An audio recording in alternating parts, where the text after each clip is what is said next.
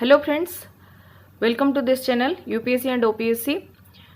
इस चैनल में जो है हम लोग यूपीएससी एंड ओपीएससी सिलेबस के रिलेटेड सब कुछ डिस्कस करने वाले हैं, सारी चीज़ पढ़ने वाले हैं।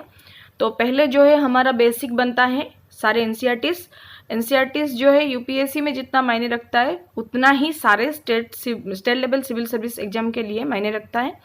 तो पहले जो है एनवायरमेंटल वाला टॉपिक हम लोग स्टार्ट करेंगे, क्योंकि एनवायरनमेंट का टॉपिक जो है आजकल बहुत ही इम्पोर्टेंस प्ले करता है। क्योंकि जो अभी हाल फिलहाल जो एलिनो का सिचुएशन आप देख लीजिए, क्लाइमेट चेंज जिस तरह से हो रहा है, तो ये जो चीज़ें हैं इन चीज़ों को समझने के लिए हमें बेसिक जो है अच्छे से समझना पड़ेगा, जो कि हमारे एनसीईआरटीज़ में बहुत अच्छे से समझाया गया है।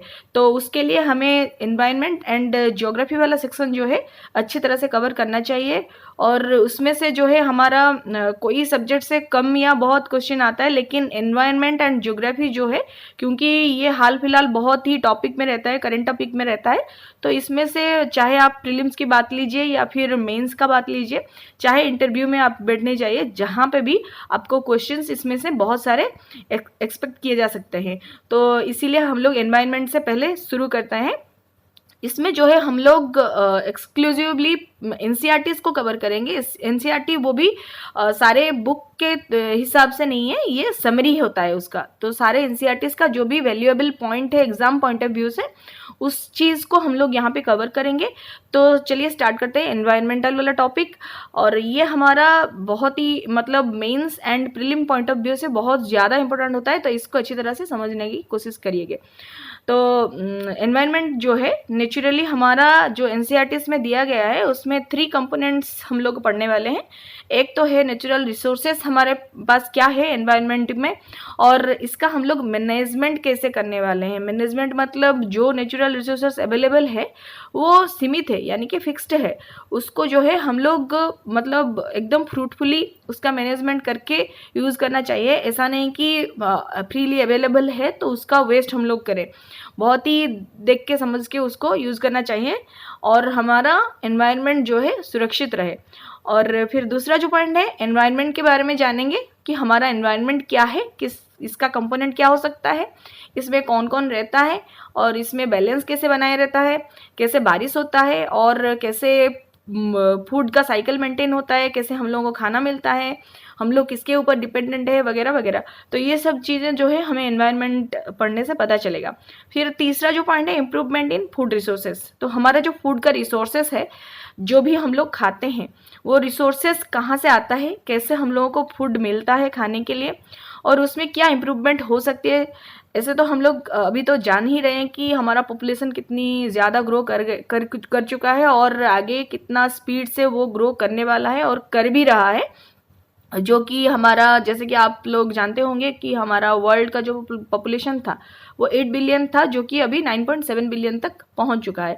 तो इतने ज़्यादा लोग जब बढ़ते हैं तो उनके हिसाब से रहने की जगह बढ़ जाता है। तो रहने की जगह अगर बढ़ता है तो फूड प्रोडक्शन की जगह जो है कम होता है, क्योंकि लैंड में ही तो फूड प्रोड्यूस होगा ना, छत पे तो फूड प्रोड्यूस नहीं होगा मास के लिए। थोड़ी बहुत तो प्रोड्यूस हो सकता है, लेकिन मास प्रोडक्शन तो छत के ऊपर इस तरह से तो नहीं किया जा सकता ना, तो उसके लिए लैंड ही चाहिए। तो रिसोर्सेज जो होता है फूड के लिए वो दिन पे दिन कम होता जाता है। तो उसको हम लोग कैसे मैनेज करेंगे, ये हम लोग इसी एनवायरनमेंट के चैप्टर में ही पढ़ेंगे। तो ये सारे जो है पॉइंट्स हम लोग एनसीईआरटी में कवर किया गया है, तो इसको समराइज्ड वे में हम लोग यहाँ पे कवर करेंगे। फिर आगे देखेंगे कि मतलब धीरे धीरे एक एक पॉइंट देखेंगे। पहले जाएंगे हम लोग हमारे नेचुरल रिसोर्सेज के तरफ कि क्या क्या हमारे पास नेचुरल रिसोर्सेज है, उसका मैनेजमेंट कैसे किया जाए। तो फिर स्टार्ट करते हैं हमारा जो natural resources and it's management वाला पॉइंट। तो नेचुरल रिसोर्सेज में हम लोग पहले देखेंगे कि हमारे पास फ्रीली नेचर में क्या क्या हमारे यूज़ के लिए अवेलेबल है, और इसमें से जो है हमारे जनरेशन में हम लोग कितना खपत करते हैं और इसका प्रोडक्शन कितना हो पाता है। तो जनरली आप यहाँ पे देख सकते हैं कि नेचुरल रिसोर्सेज लैंग्वेज क्या दिया गया है। देखिए, natural resources refers to the things that exist freely in nature for human use and don't necessarily need the action of mankind for their generation and production. तो ये जो है ये नहीं बस कि बस हम लोग ह्यूमन ही इसको यूज़ करेंगे, हमारे एनवायरनमेंट में जो भी लोग एग्जिस्ट करते हैं सबके यूज़ के लिए ये जो नेचुरल रिसोर्सेज है बनाया गया है। तो हम लोग इसका यूज़ करें, इसके साथ साथ इसका ख्याल भी रखें कि सबके लिए ये काम में आ सके। तो की एस्पेक्ट इसका ये है कि natural resources is that they dictate the survival of humans and other life forms on earth. तो ये जो कहता है कि जो की एस्पेक्ट जो है हमारा नेचुरल रिसोर्स का, कि ये जो है हमें ये डिक्टेट करता है कि ये जो है हमारे ह्यूमंस के लिए ही बस सर्वाइवल के लिए नहीं है, जो भी अदर लाइफ फॉर्म्स है यहाँ पे अर्थ के ऊपर उनके लिए भी उतना ही ज़रूरी है जितना कि हमारे ह्यूमंस के लिए है।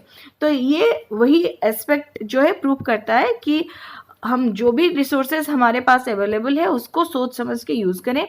उन रिसोर्सेज में क्या आता है कि लैंड आता है हमारा, फिर रॉक आता है, फिर फॉरेस्ट आता है। फॉरेस्ट में क्या आता है, वेजिटेशंस आता है, यानी कि जो पेड़ पौधे जो भी है सब कुछ आता है। फिर वाटर आता है, वाटर में हम लोग क्या देखते हैं कि ocean, lakes, streams, seas and rivers. फिर आता है fossil fuel and then animals, fish, wild life and domesticated animals, फिर मिनरल्स, सनलाइट एंड एयर। ये सब हम लोग जानते हैं। हमारी जो सॉइल है उसको ही हम लोग लैंड बोलते हैं। फिर जो पत्थर, चट्टाने जो भी है, और फॉरेस्ट है, वन वगैरह। और हमारा जो वाटर है, वाटर में ocean, lake, stream, seas, rivers आता है। उसमें से सीज एंड ओशन का वाटर हम लोग यूज़ नहीं करते सैलिनिटी के वजह से, और मीठा पानी जो रहता है लेक्स, स्ट्रीम्स एंड रिवर्स में, उसी को जनरली हम लोग यूज़ करते हैं। फॉसिल फ्यूल जो कि भस्म होता है या फिर फसिल से जो बहुत सारे पुराने हमारे एंसेस्टर्स जो भी थे पुराने ज़माने में, जो भी मतलब मिलियन ईयर्स एगो जो भी प्लांट्स या फिर एनिमल्स जो भी थे, जो डिस्ट्रक्शन के बाद जो है मिट्टी के अंदर दबने के बाद मिलियन ईयर के बाद जो फॉसिल फ्यूल बन जाते हैं, उनमें से जो है हमें फ्यूल मिलता है। तो वो फॉसिल फ्यूल भी हमारा नेचुरल रिसोर्सेज में ही आता है। और एनिमल्स जो होता है, fish, wild life, domesticated animals, ये सब भी नेचुरल रिसोर्सेज हैं क्योंकि नेचुरली अवेलेबल है। और मिनरल्स जो होता है वो भी नेचुरली पाया जाता है, कहीं पे भी मिल रहा है तो वो ऑलरेडी पहले से वहाँ पे है और हम लोग उसको फाइंड आउट करके यूज़ करते हैं। फिर सनलाइट जो है नेचर से ही अवेलेबल होता है। एंड एयर यानी कि हमारा जो एटमॉस्फेयर, वो सब हमारा नेचुरल रिसोर्सेज में ही आता है। तो they are known as natural resources because they provide for the basis of life on अर्थ।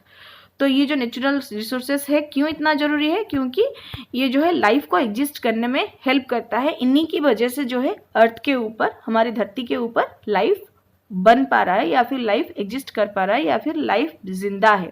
ठीक है, तो it is from the natural resources that humans obtain and produce the components and materials found within our environment. तो it is from the natural resources that humans obtain. तो ये जो natural resources जो भी है, नेचुरल रिसोर्सेज जो भी है उसी से ही ह्यूमन को मिलता है। और इसमें से ह्यूमन जो भी प्रोड्यूस करता है कंपोनेंट्स या फिर मटेरियल्स, ये सब हमारे एनवायरनमेंट में ही पाए जाते हैं। फिर जो है हम लोग इसका नेक्स्ट पॉइंट देखेंगे। तो earth is the only planet on which life exist. It consist of 3 components, lithosphere, hydrosphere and atmosphere. Life originated and evolve because of the unique combination of this 3 components. तो अर्थ जो है एक ही ऐसा planet है जिसमें life exist करता है। अभी तक और कोई प्लैनेट में लाइफ एग्जिस्ट करने का हमारे पास पुख्ता सबूत नहीं है। और ये जो है मतलब ये जो हमारा अर्थ है ये जनरली 3 कंपोनेंट से बना हुआ है। एक lithosphere, hydrosphere and atmosphere. Lithosphere by land ये स्फीयर बना है, इसीलिए इसको लिथोस्फीयर बोला जाता है। और हाइड्रोस्फीयर जो है जनरली, हाइड्रो मीन्स वाटर, तो वाटर को लेके, वाटर बॉडीज जो भी हमारे अर्थ के ऊपर एग्जिस्ट करते हैं उनको लेके हाइड्रोस्फीयर बना है। एंड एटमॉस्फेयर जो भी एयर को लेके बना है, या फिर हमारा शून्य जो है, हमारा जो मतलब धरती के ऊपर जो भी हमारा एयर का जो लेयर्स है उनको लेके एटमॉस्फेयर बना हुआ है। तो लाइफ जो है originated and evolve because of this unique combination. Means जो लिथोस्फीयर, हाइड्रोस्फीयर एंड एटमॉस्फेयर का जो एक परफेक्ट कॉम्बिनेशन जहाँ पे अच्छी तरह से बन पाता है, वहाँ पे ही जो है लाइफ एग्जिस्ट करता है या फिर ओरिजिनेट होता है या फिर वहाँ पे जिंदा रह सकता है।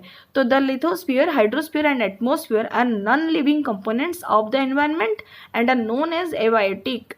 तो ये जो है जनरली हम लोग यहाँ पे कंफ्यूज नहीं होंगे, ये नेचुरल रिसोर्सेज में तो मिलता है, लेकिन ये जो लिथोस्फीयर है हमारा, जो हाइड्रोस्फीयर है एंड जो एटमॉस्फेयर है, ये हमारा नेचुरल रिसोर्सेज तो है लेकिन ये एबायोटिक है। एबायोटिक मतलब ये नॉन लिविंग कंपोनेंट है। मतलब जो एबायोटिक कंपोनेंट होता है वो लिविंग कंपोनेंट नहीं होता है, नॉन लिविंग होता है, क्योंकि उसमें जान नहीं होता है। यानी कि जो लिथोस्फीयर यानी कि लैंड सरफेस, जो हाइड्रोस्फीयर यानी कि जो वाटर बॉडीज एंड जो एटमॉस्फेयर यानी कि एयर, तो इन सब में जो है लाइफ नहीं होता है, इनका खुद का लाइफ नहीं होता है। और whereas बायोटिक और living component includes plants, animals, microbes living on earth. तो abiotic means non living and biotic means living component, इसको हमें याद रखना चाहिए। जबकि दोनों नेचुरल रिसोर्सेस में ही आते हैं, लेकिन उसमें से बायोटिक जिसका मतलब जीवन होता है, जिसका मतलब जो जिंदा रहता है या फिर जो जिंदा है, उनको बायोटिक कंपोनेंट कहते हैं, और जो जिंदा नहीं है, जिनमें लाइफ नहीं होता है, उनको हम लोग एबायोटिक कहते हैं।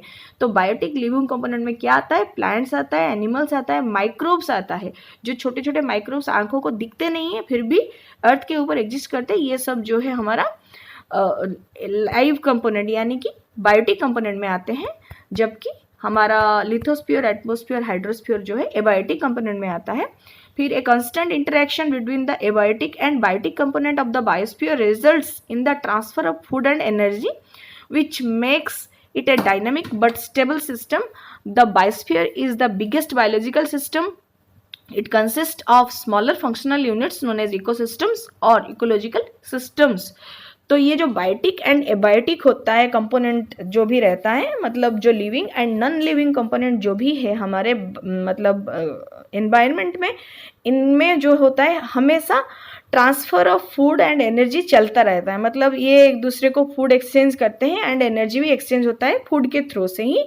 ये जो है एक बहुत ही डायनामिक एंड स्टेबल सिस्टम है जो कि हमारा एबायोटिक एंड बायोटिक में चलता रहता है। ये जो transfer of food and energy एक डायनामिक एंड स्टेबल सिस्टम है जो कि हमारा बायोस्फीयर में, बायोस्फीयर यानी कि लैंड, मतलब लैंड जहाँ पे है उस स्फीयर को हम लोग बोले लिथोस्फीयर, हाइड्रोस्फीयर एंड एटमॉस्फेयर, तीनों को कंबाइन करके जहाँ पे लाइफ एग्जिस्ट कर पा रहा है उसको हम लोग बोल रहे हैं बायोस्फीयर। यानी कि तीनों हमें सही से मिला तो है, और फिर तीनों मतलब जो लिथोस्फीयर, हाइड्रोस्फीयर, एटमॉस्फेयर को मतलब जो तीनों का कॉम्बिनेशन इतना अच्छे से हुआ कि वहाँ पे लाइफ ओरिजिनेट हो गया।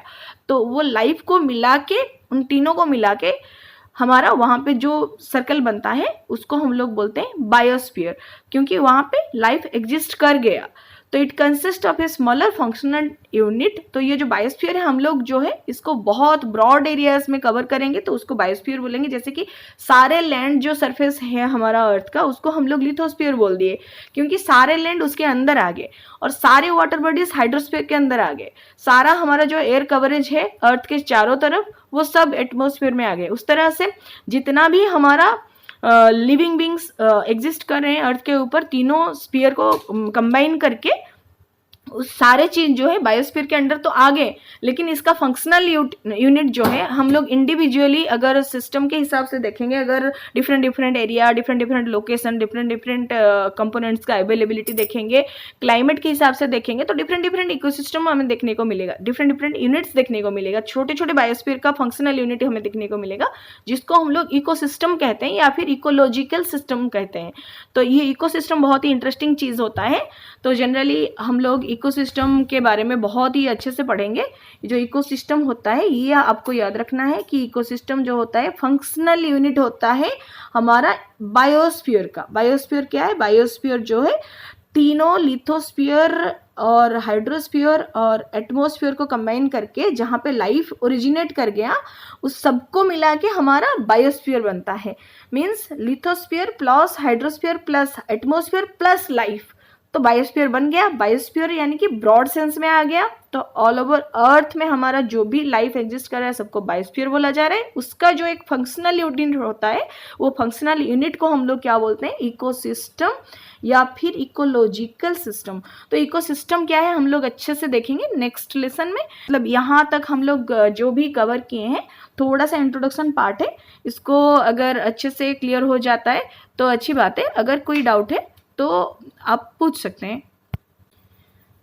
तो नेक्स्ट जो स्लाइड है हमारा, उसमें हम लोग द ब्रीथ ऑफ लाइफ यानी कि हमारा जो मतलब ब्रीदिंग चल रहा है वो कैसे चल रहा है, हम लोग कैसे ज़िंदा हैं, क्योंकि ब्रीदिंग के मतलब ब्रीदिंग किए बिना तो हम लोग ज़िंदा नहीं रह सकते हैं।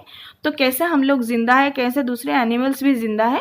तो एयर की वजह से हम लोग ज़िंदा है, यानी कि हमारा एयर यानी कि एटमॉस्फेयर की वजह से ज़िंदा है। तो एटमॉस्फेयर में एयर में क्या क्या होता है जो हमें ज़िंदा रहने में हेल्प करता है, उसके बारे में डिटेल्स जानेंगे और समझेंगे। ये जो चीज़ें हैं एनवायरमेंटल में बहुत ज़्यादा डिफ़िकल्ट नहीं है, इसमें बहुत ज़्यादा हमें रट्टा लगाने की ज़रूरत भी नहीं है, कुछ ज़्यादा दिमाग खपाने की ज़रूरत नहीं है रटने की या फिर प्रैक्टिस करने की या फिर ऐसा कुछ नहीं है। बहुत ही इंटरेस्टिंग सब्जेक्ट है, अच्छी तरह से एक बार समझ गए तो ये दिमाग में छप जाता है। एग्ज़ाम तक आपको इसको रिवाइज करने की ज़रूरत नहीं है। एग्ज़ाम से पहले अगर आप एक बार अच्छे से सुन लिए, अच्छे से समझ गए, तो एग्ज़ाम तक ये मेमोराइज हो जाएगा। बस एग्ज़ाम से पहले थोड़ा थोड़ा की पॉइंट जो है, जैसे कि हम लोग अभी डिस्कस किए तीनों, हमारा स्फीयर के बारे में या फिर नेचुरल रिसोर्सेज के बारे में या फिर एबायोटिक बायोटिक कंपोनेंट के बारे में या फिर हमारा इकोलॉजिकल सिस्टम के बारे में, इकोसिस्टम जो कि ये फंक्शनल यूनिट होता है बायोस्फीयर का। ये सब जो चीज़ें हैं, कुछ कुछ की पॉइंट्स हमें याद रहनी चाहिए।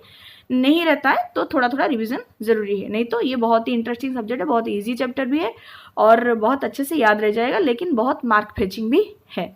अगर आपको समझ में आ गया तो बहुत अच्छी बात है, अगर नहीं आया, कहीं पर कुछ डाउट है तो आप कमेंट करके बता सकते हैं। Thank you so much.